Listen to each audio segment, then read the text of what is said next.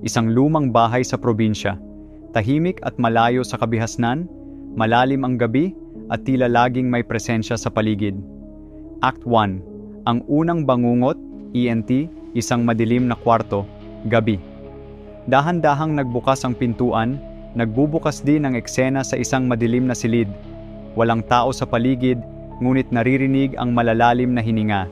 Ang sahig ay naglalangit-ngit habang unti-unting lumalapit ang mga yabag. Sa labas ng bintana, isang malakas na ihip ng hangin ang nagpagalaw sa kurtina. Biglang nagkaroon ng ingay mula sa sahig, tila may gumapang. Tumigil ang hangin at ang katahimikan ay nakakapagpatayo ng balahibo. Sa gitna ng kadiliman, isang biglaang tunog ang narinig, parang isang boses na pabulong, ngunit hindi malinaw kung saan nanggagaling.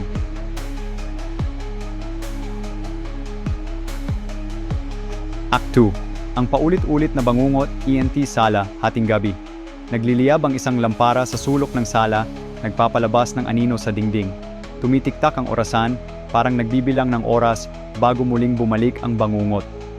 Sa katahimikan, maririnig ang paggalaw ng isang bagay mula sa itaas ng hagdan. Ang eksena ay naglalaro sa pagitan ng panaginip at realidad, parang may malabong linya na